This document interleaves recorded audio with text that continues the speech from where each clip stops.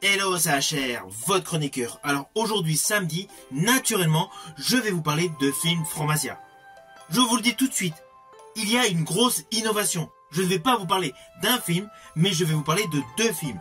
Plus précisément, du diptyque The Twins Effect. Ah oui, ce ne sont pas deux chefs-d'œuvre du cinéma Franmasia. C'est évident. Mais ils ont une particularité importante. L'immense star Donnie Yen a participé en tant que réalisateur et en tant qu'acteur. Naturellement, je vais vous donner davantage de détails. Mais avant cela, n'oubliez pas, ceux qui ne sont pas abonnés, pensez à le faire, pensez à la petite cloche pour les notifs, et surtout pensez à me mettre en commentaire si vous avez déjà vu ces deux films, ou tout simplement si vous les connaissez. Let's go!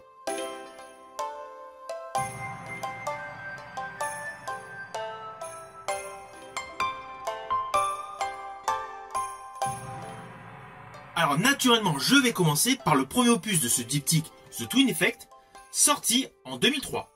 C'est un film d'arts martiaux, c'est un film wuxia dans la tradition du genre, par rapport à l'utilisation des lames, mais avec un côté horrifique. Il est notion de vampire, et cela se déroule à notre époque. Et d'ailleurs, la scène d'ouverture de ce film est impressionnante. Cela commence par un tourbillon de folie et d'effets visuels dans une gare, où s'affrontent apparemment deux bandes rivales, mais assez rapidement, on s'aperçoit qu'il s'agit de vampires.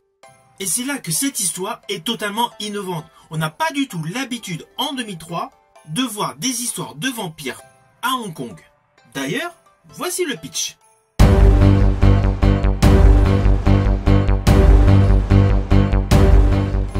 Alors nous suivons le personnage Reeve, le plus grand des chasseurs de vampires à Hong Kong, qui trappe depuis longtemps son pire ennemi, le duc d'Ecodes. Ce dernier cherche à mettre la main sur l'ancienne Bible des vampires afin d'instaurer son royaume de ténèbres. Après la mort de sa partenaire, victime de décote, Reeve trouve une nouvelle alliée en la personne de Gypsy, interprétée par Gillian Chung. De son côté, Hélène, la sœur de Reeve, est tombée sous le charme de Kazaf, interprétée par Edison Shen, prince vampire et héritier de la précieuse Bible, renfermant le pouvoir suprême. Alors ne vous inquiétez pas, je ne vais pas aller plus loin sur les lignes scénaristiques de ce film. Vous aurez la surprise. Néanmoins, je tiens quand même à vous préciser que l'histoire est extrêmement simple. Avec certes quelques twists, quelques retournements de situation, mais essentiellement des postures de combat ajoutées à un monde horrifique. Porté d'ailleurs par des effets spéciaux bien foutus. Car in fine, dans ce film, The Twins Effect, lorsque les vampires sont touchés mortellement, ils se consument et partent être des volutes en cendres. De la même manière que les fameux héros dans l'opus Marvel Avengers Endgame. L'effet poudre qui s'évade vers le ciel, en fait, on l'avait dans ce film The Twin Effect de 2003. Alors oui, le réalisateur Dante Lam est habitué aux effets visuels assez innovants. Il a alterné film de guerre, film fantastique, film SF, mais toujours avec des combats. Et là, en second réalisateur, nous avons les débuts derrière la caméra de l'acteur Donnie Yen. C'est selon moi une des particularités de ce film, c'est de retrouver en second réalisateur l'acteur Donnie Yen. Néanmoins, dans ce film, il y a plusieurs surprises. Nous retrouvons également l'acteur Jackie Chan. Jackie Chan, au cœur d'une scène de mariage, mais totalement burlesque. Rien que cette scène de mariage, certes, qui n'est pas forcément en accord scénaristique avec le reste du film, est truculente. Toute la dinguerie, le burlesque des films avec Jackie Chan se retrouve justement dans cette scène de mariage. Par contre, c'est clair, l'apparition de Jackie Chan, c'est uniquement pour les fans du genre. Alors oui, je vous l'ai dit, ce n'est pas le plus grand film HK de l'histoire du cinéma. Il y a certes des effets qui sont plutôt pas mal, des maquillages qui sont bien foutus, mais l'histoire est assez succincte, et au cœur d'un film de vampire, au final, cela manque pas mal de sang. On n'est pas vraiment dans un truc horrifique. Il y a un petit côté comédie romantique, séquence burlesque, matinée de belles scènes d'action. Si sur le fond, le début avait présenté une très belle ouverture avec des combats avec des vampires, toute la suite du film, malheureusement, s'écroule petit à petit. En termes de densité, en termes de qualité. Oui, le film est correctement réalisé. Oui, le film est doté de plusieurs petites surprises, mais essentiellement visuelles. Mais l'histoire est tout de même cousue de fil blanc, et elle est essentiellement prétexte à des combats. En fait, il faut essentiellement voir ce film pour la composition de son casting qui est totalement innovant et étonnant. Car nous retrouvons Charlene Choi et Gillian Chung, deux pop stars asiatiques de ce moment-là. Nous retrouvons également Ekin Chung, star de Storm Rider où j'ai effectué une rubrique, et Edison Chen, une des stars d'Infernal Affair. De ce fait, ce film a pour principal intérêt son casting et les scènes de combat.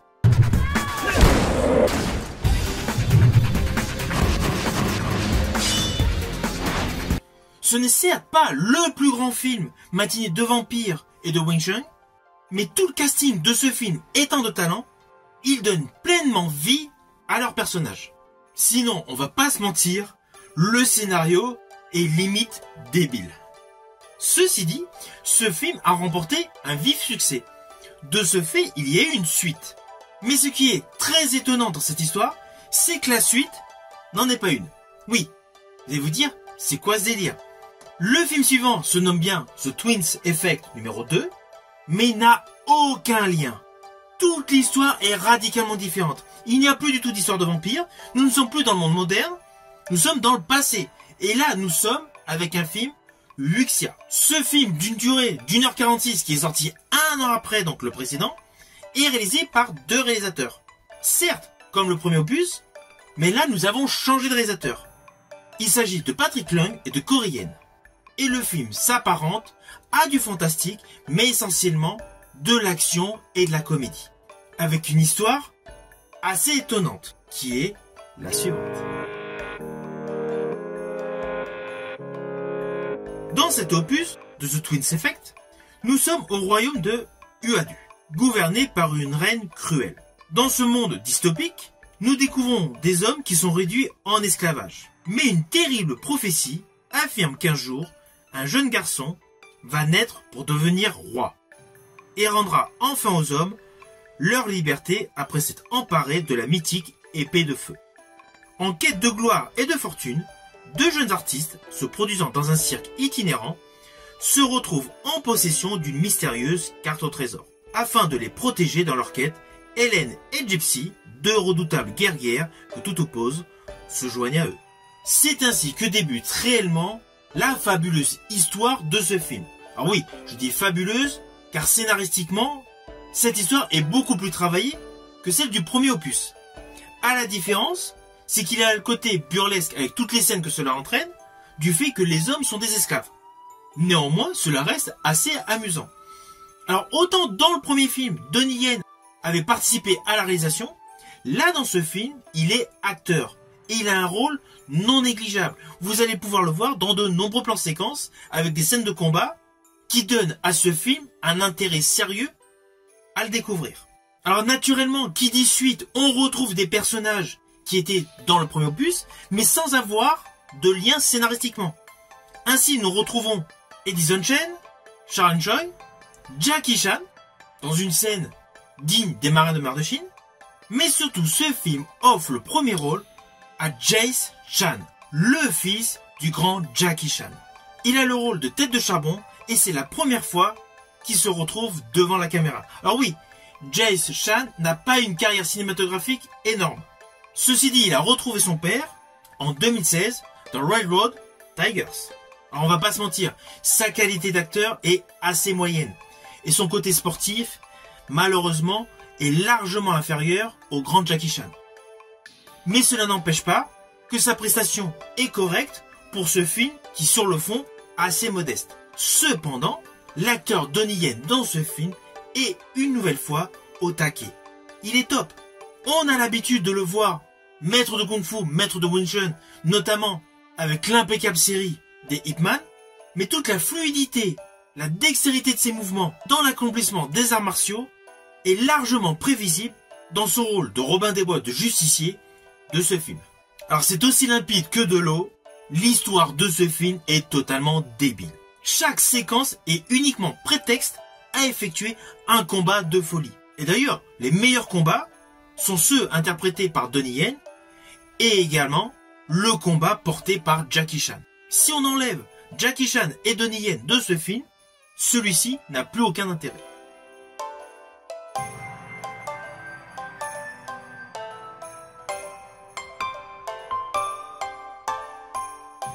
Alors au final, naturellement, ces deux films, je voulais simplement vous en parler pour vous les faire découvrir. Je ne dirai jamais qu'il s'agit de deux chefs-d'œuvre du cinéma franc-masia. Mais ils ont quelques particularités qui restent à être soulignées. Le fait que Donnie Yen et Jackie Chan se sont trouvés à l'écran dans le même film, bien avant Shanghai Kid 2, et surtout la qualité des combats portés par l'acteur Donnie Yen. Si on enlève ces détails qui en font une curiosité, ces deux films sont totalement à éviter. Si vous avez l'occasion de les voir, bon visionnage, mais je vous le dis tout de suite, que ce soit The Twins Effect numéro 1 ou The Twins Effect numéro 2, les deux films ont une histoire totalement naze. Ces deux films sont essentiellement des accumulations de scènes de combat. Alors oui, il y a plus de budget dans le deuxième film. Le côté Wuxia est pas mal. Mais toute la trame scénaristique derrière est débile.